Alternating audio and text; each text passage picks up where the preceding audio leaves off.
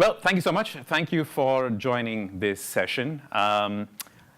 This, obviously, the afternoon stretch typically can be a little bit of a challenge, but hopefully I'll keep you entertained as we go along. We have a very exciting topic to talk about today. We're going to be looking at two pieces of technology which sometimes you think about together or may not have thought about together, but we'll see how bringing these pieces of technology can really solve a very interesting or important challenge when it comes to production-ready GraphQL APIs. We're going to be looking at what could go wrong with a GraphQL query, and can OpenTelemetry help you in doing so? So before we begin, if we think about what makes for, or what is an indicator for maturity or a value driver for any piece of technology. Now, some of you might think, is it the ease of getting started with it? Some of you might think, is it when you actually develop something and make it production ready on day one? To me, it's actually a little bit more about the longevity of that on an ongoing basis. What that means is typically, how do you operationalize your APIs, in this case, GraphQL? So it's not just the day one or day zero. Essentially, it's more about the day two aspect of things. How easy is it to do so? What are the tools available to actually support you in making sure that your GraphQL API is moving forward in the direction that your users need it to go? And one of the key aspects of that is essentially when things go wrong. And if anyone has ever built anything, you know things always go wrong. That is the Murphy's Law of all technology that exists. So today, that's why we want to investigate when things go wrong with GraphQL. And as great a technology as GraphQL is, there are things that do go wrong. Could a technology like OpenTelemetry be a great supporter, a friend in need, to be able to address some of those issues and challenges? I'm not here to necessarily evangelize GraphQL, because I feel like at this conference, most people are either sold or have tried that out. I'm looking for more about the operationalizing what GraphQL is all about. So hopefully, if everything goes well, yes, it'll go. So a quick introduction. I'm Budha. I'm developer advocate at Tyke. For those who do not know Tyke, we are an API management platform. One platform for every protocol that exists: REST, GraphQL, gRPC, async APIs. We've got all things sorted from an API management standpoint, can be deployed anywhere out there. We are at the booth number 5, so come talk to us later on, and we'll give you a bit more insights about what it takes to build real production-ready GraphQL APIs. I'm also the chairperson for Open API Initiative. In case you're into OAS, then we can have a conversation about that. But more importantly, I'm also a big fan of horror movies and musicals. Although I will caveat that by saying that I'm a big fan of horror, either on screen, on film, or on books, not so much in my production APIs. So we'll see how that we go about that. So just setting the scene for what today the talk is going to be about. We have a situation where we have, well, as typical teams do, you've got developers, you've got the ops team. Developers usually responsible for building out your APIs and the logic behind it, and the ops team essentially takes that forward, makes it available at the production-ready level. So sometimes developers pursuing specific pieces of technology could also give headache to the operations team. In this case, we are looking at the cycle of releasing a new feature, a new capability within a particular app. That's our situation. Introduction to GraphQL, probably not needed for this team, but really GraphQL enables you to describe your data, ask what you want, provide predictable results in an omni-channel distribution. I'm not going to go too much detail. You already know what the schema looks like, the operationals associated with it. This is specifically about querying. There's mutations, there's subscriptions, and then you've got a bit more predictability when it comes to response. The idea here is that this schema, essentially, the shape of this schema is essentially shared with both API producers as well as consumers, which obviously makes life a little bit easier when you're trying to get to that final stage of operationalizing your GraphQL API. Once again, back to our example today, we're going to be looking at a travel application that is built using Node.js and the Express framework. There'll be a couple of different backends that we're going to be connecting to. One that is the country services. Some of you might be familiar with this, which is built in GraphQL. We'll also look at REST services that are existing from an image standpoint as well as weather. And we'll be bringing all of that together into an application using this schema. So this is the server side of things. On the client side of things, we'll have a few different consumers of this API or API product. You will have a weather app, you'll have a booking app and gallery, which is, again, very typical in the world of GraphQL, where you do have omni-channel consumption of your API product that you're building.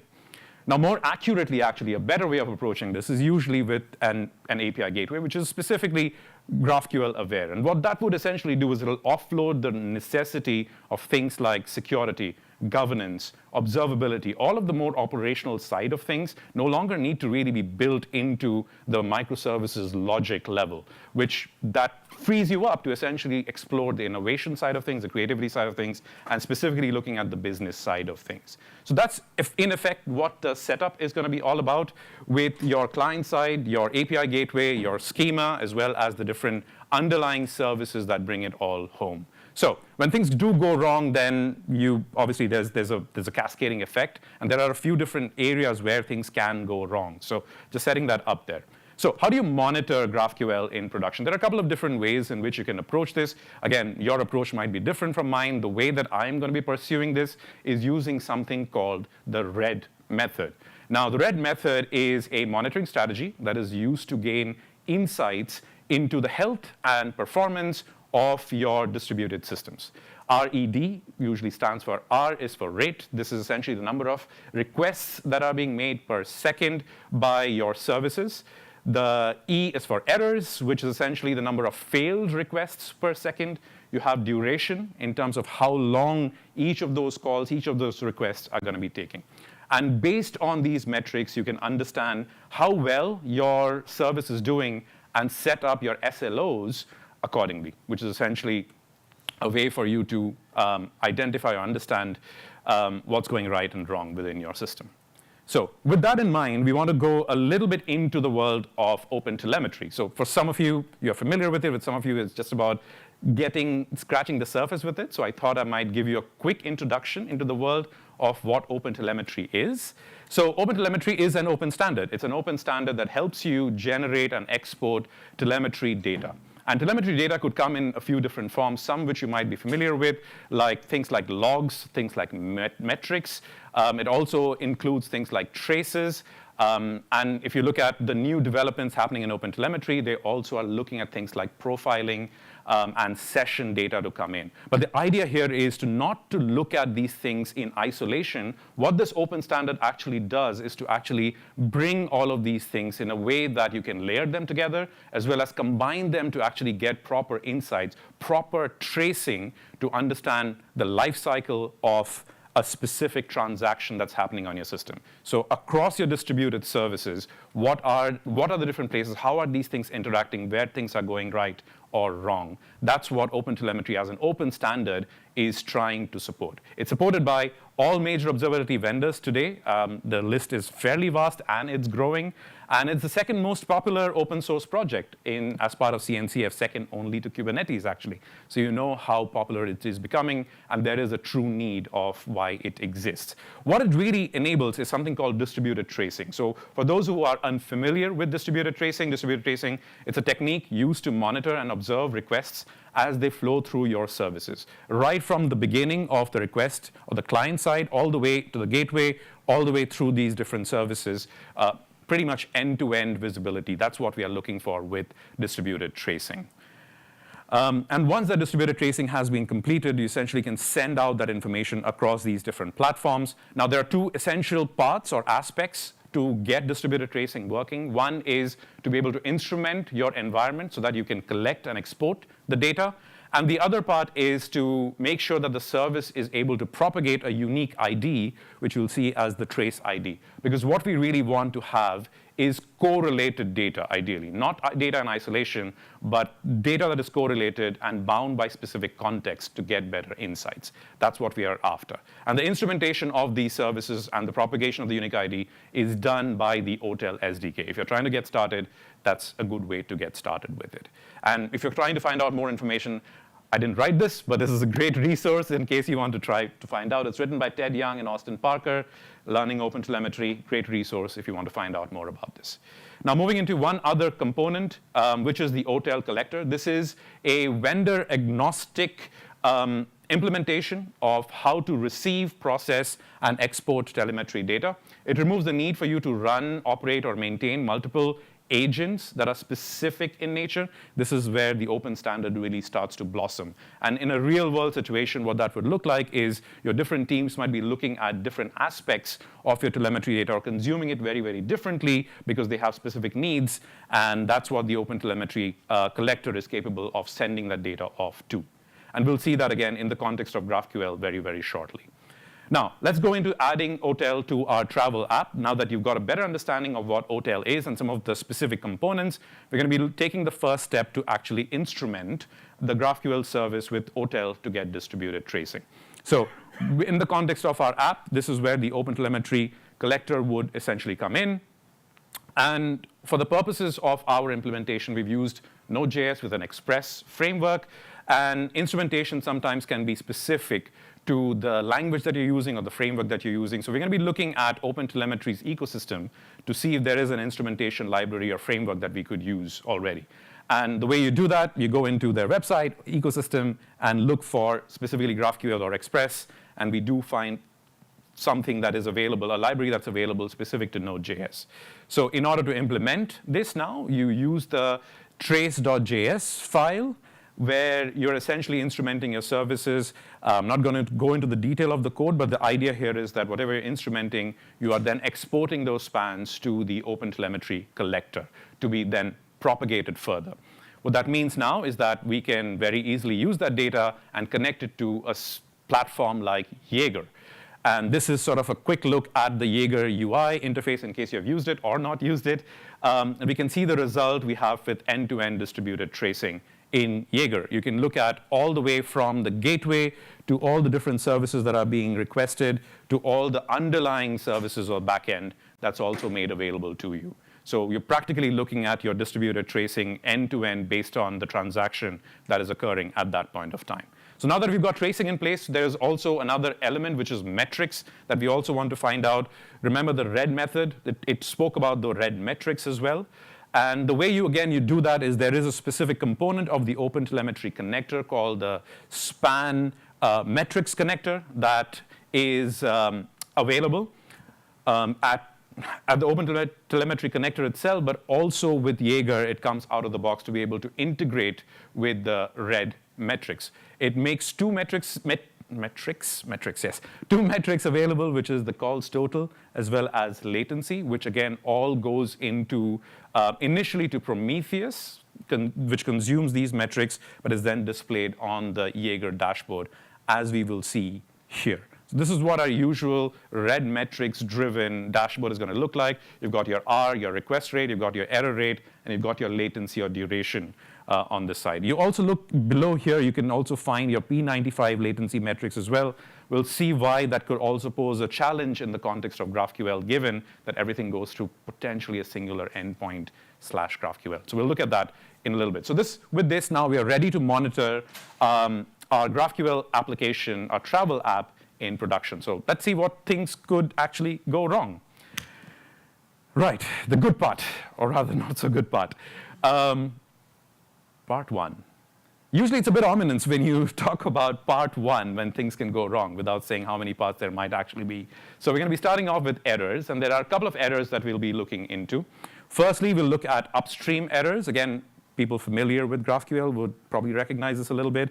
And the other one we'll be looking at is resolver errors. And they both behave slightly differently, and then the way you instrument OpenTelemetry associated with it will be a little bit different to be able to solve or identify this issue. So starting off with the upstream issue here. So we're trying to make a query right now. We've got our application, we've got our GraphQL API, and we want to basically query information for Italy. We want its weather data, and we want to find out a few more pieces of information about this country. But it seems like there is something wrong. There is an error message that is coming up. So let's start our investigation journey at the Jaeger level. So let's look back at our dashboard. And immediately we'll see that there are a couple of things that jump out. More importantly, the error rate has now increased to 25%, means something is not right. You can also see that latency has also jumped up in the last few seconds, as well as the request rate has suddenly gone up as well. So with that, now, if we look at the traces specifically, we'll see that immediately what jumps out is that the GraphQL service is giving us a 500 error, and the underlying weather service is no longer available, or it's not responding correctly. So that's giving us a 400 status code. So immediately we can identify exactly what's going on over here. The underlying weather service is the one that is causing this issue. If you want to look at the specific query that is also causing this, we can have a look. And that's where you would start to troubleshoot and hopefully fix the issue. Right, first problem solved. Now, moving on to the next one. Now let's look at trying another combination. In this case, it is Netherlands, and we see that there is yet another issue. So with that, let's go back to the same process again. Let's go back starting with the dashboard. In this case, interestingly, there is nothing that stands out. Everything seems to be quite okay. Let's look at the trace again, and things seem to be all right. Yet, there is an error object that is causing this issue.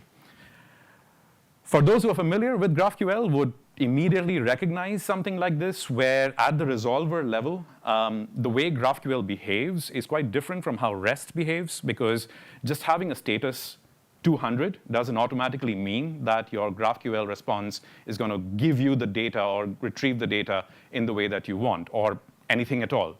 So because the way that the error happens is at two levels. One, it could be at that HTTP status, the endpoint level, in which in this case that is not the case, and the other case could be at that resolver level, which is what we need to troubleshoot in this case.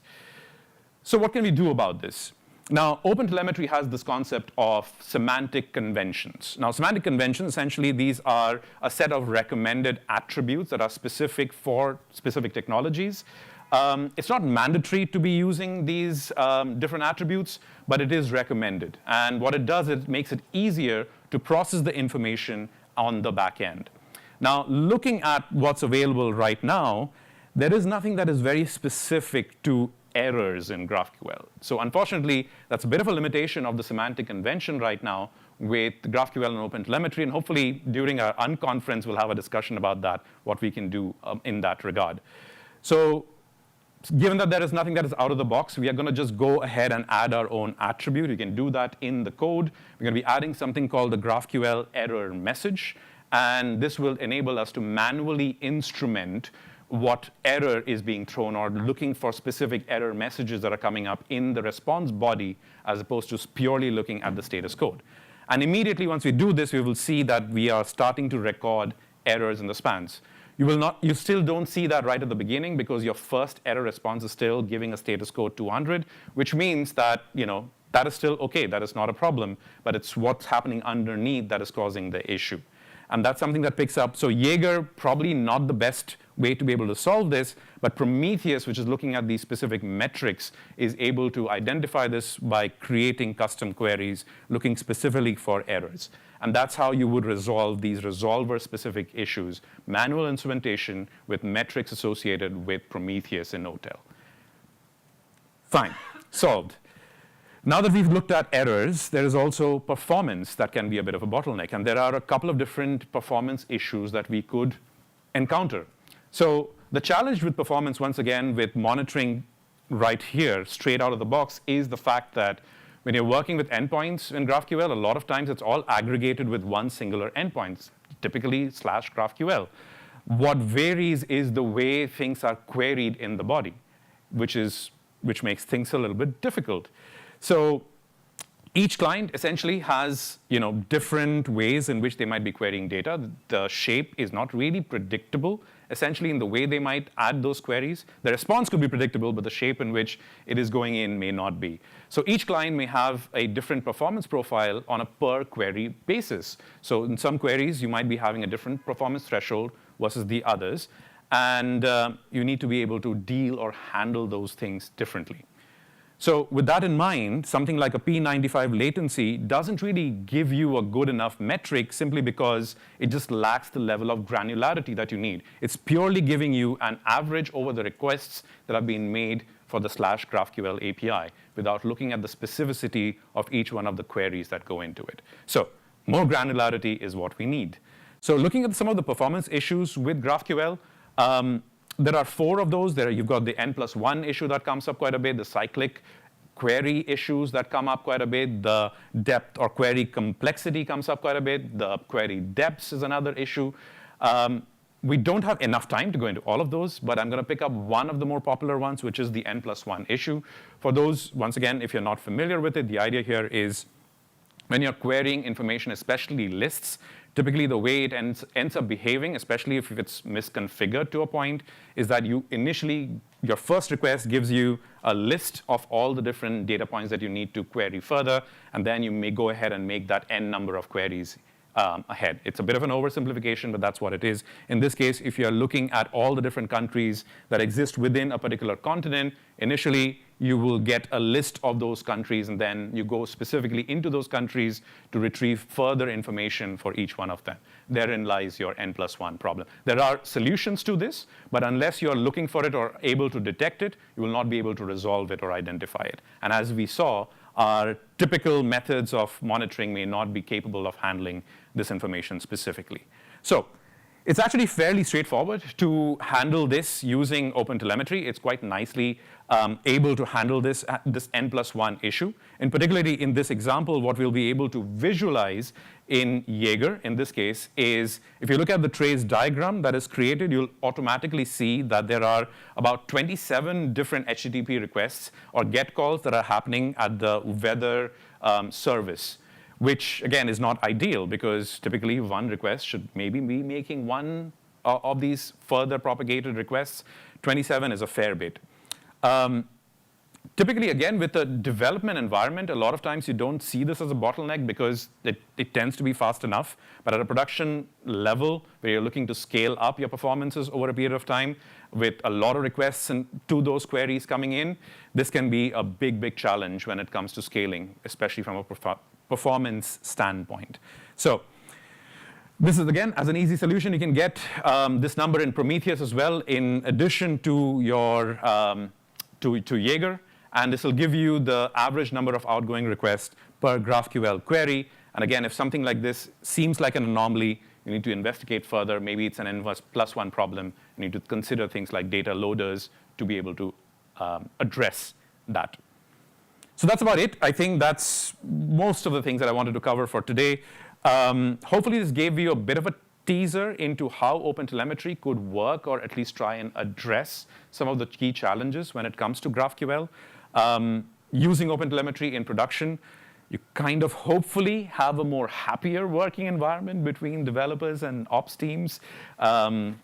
Developers not just throwing things over the wall and hoping things would work, but you actually have a strategy when it comes to maintaining reliability and operationality of your product. Now, one other thing, just on the note of GraphQL semantic convention, it was something that we had started as an issue to look into a little bit further so that we can expand some of the definitions around how OpenTelemetry specifically could look at or expand the semantic conventions to cover GraphQL errors a little bit better.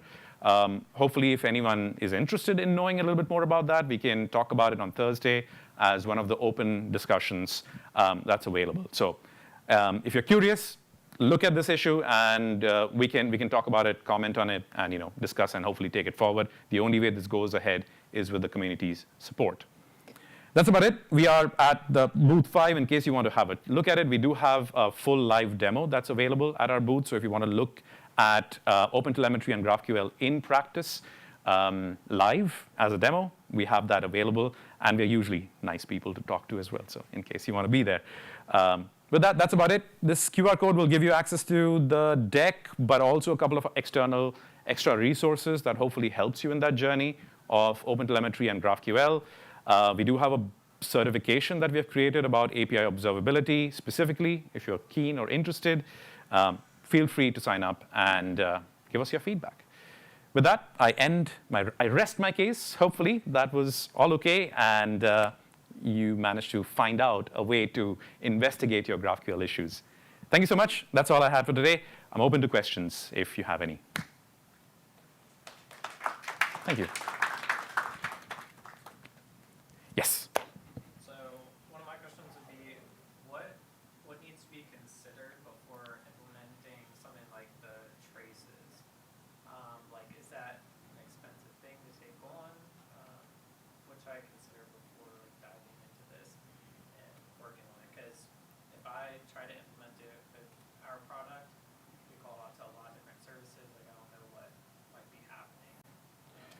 Well, it's always a bit of a trade-off, right? Because if you're saying your system is as complex as you're just mentioning, you need a way to be able to troubleshoot an issue when things do go wrong. So a trace like this, a distributed trace, would give you the ability to do so. Otherwise, you are either trying to guess where things are going wrong, or you're trying to look at logs for each one of those possibly distributed platforms and try to find a correlation between where things are going right or look for anomalies. With distributed tracing, it takes away some of that guesswork. From a performance standpoint, I wouldn't say there is a true hit yet at this point. Once again, if you look at how you're scaling it, your usual things would be in place where you're looking at the resource allocation around it. But typically, it's considered a very low weight solution that's out there. And again, it's an open standard, so the way you implement it may also be a little bit different. Today, a lot of the tooling already exists out there. So the idea is you're essentially just exporting data and sending it out there. The more expensive, I would say the more expensive operation is if you're trying to store that data in your own data storage at some point and then having to write or send that out somewhere. If you're sending it out straight away as you're collecting it, I think that is a slightly lesser operation or less expensive operation to be able to do that. But again, it depends on what your business model is or what your value drivers are. So if you need to store it, you might have to go about doing it, and you need to have a log storage strategy, which you typically need to do anyway. Or otherwise, if you're just exporting data straight off as it's coming in and let things like Datadog or Prometheus or the Jaegers of the world do the heavy lifting, then they have specific solutions to be able to deal with something like that. Great. Any further questions? We've got about a couple of minutes. Otherwise, again, I'm here all week anyway, so happy to have a chat. Yes, sir. So we already use like OpenTelemetry integration for like our company, but I was wondering like, would it be a feasible idea to log like SQL queries made throughout the all the services being invoked within like a request using OpenTelemetry? In theory, yes, you can do that. Whether that is a good strategy to pursue, that might be different. I think it depends on which problem you're trying to solve. Is the database, if you're looking at the end-to-end trace, is there a problem right now? Is there a specific problem that you're trying to troubleshoot at the database level? Do you have other solutions out there that are helping you with the database monitoring right now? But if you're looking at something that's end-to-end, that's correlated, that brings it all together, then OTel is probably a good solution, or distributed tracing specifically is a good solution. Okay, I see. It's pretty much like a question of like, because we use like different tables to authorize users based off of, and like sometimes we have issues where like authorization like might take up a large like time of that actual request duration. So like just having that would make it like a lot easier, like based on like if users were like were selecting all these different fields and we had to make sure they were all based off those fields. Yeah. We could see like what kind of query like queries were being made, and just like see whether this like SQL query was like optimized or not for this authorization. And that's exactly it, right? Because if you don't have the right insights, it's very hard for you to make those decisions going forward as well. So it's not just finding performance issues, but also optimizing to a point based on if you figure out there are specific queries that's being asked or requested a lot more, this level of granularity will help you identify some of those things. Without that, you're essentially assuming that everything is as important as the other, which typically isn't the case. So yeah, definitely gives you the right insights to optimize things further. Okay, thank you. All right. Any last questions? We've got 30 seconds. Yes. So the observability that you just showed us is like by operation. Mm-hmm. And one issue we have is that although once you know an issue is occurring, it becomes very easy then to dive in, look at your distributed trace and determine where that issue is happening. But initially identifying that an issue is taking place is rather difficult because the operations can change independently of the server implementation and vice versa. Do you have any recommendations around like introducing monitors so that you can automatically detect those issues in a more specific manner? Like you say, the challenge is sometimes you just don't know where to look, right? I think that it makes it quite difficult to have a starting point. So typically with something like distributed tracing, if you are looking at that end-to-end picture, then starting at that gateway all the way to your end services already gives you some indication of what's going on. So I think that's usually a good starting point for you to know, even if there is something that you may not have anticipated or predicted, by virtue of actually covering your entire stack, your entire distributed services, all inclusive, you kind of are covering most of your bases already. Now, based off of that, if you still need very specific solutions for specific aspects of your tool stack, then there are solutions out there. But the idea here is you're simply collecting and then exporting data out. So what that could, again, do is the data you're collecting, you can still send it to specific either intelligence tools or monitoring tools or alerting tools, and each one of them could ingest specific data and provide you with the value that you need. So whether that is as a developer, if I'm looking at just purely troubleshooting things, then I can get that information. As an operational team, I want to make sure, or a support team is looking for alerts when things are down and therefore needs to troubleshoot things really, really quickly, then they might be looking at a different platform that is a little bit more in tune with alerting systems and solutions. So I feel like a starting point, just adding these traces across the board, across your platform, is a good starting point. If you further have to optimize things, then you can do that. But that's how I would approach it. But again, there might be different ways of doing things as well. All right, I think that's all the time we have. But again, I'm downstairs. If you want to catch up and watch a demo or just talk. Thank you so much. Appreciate you being here.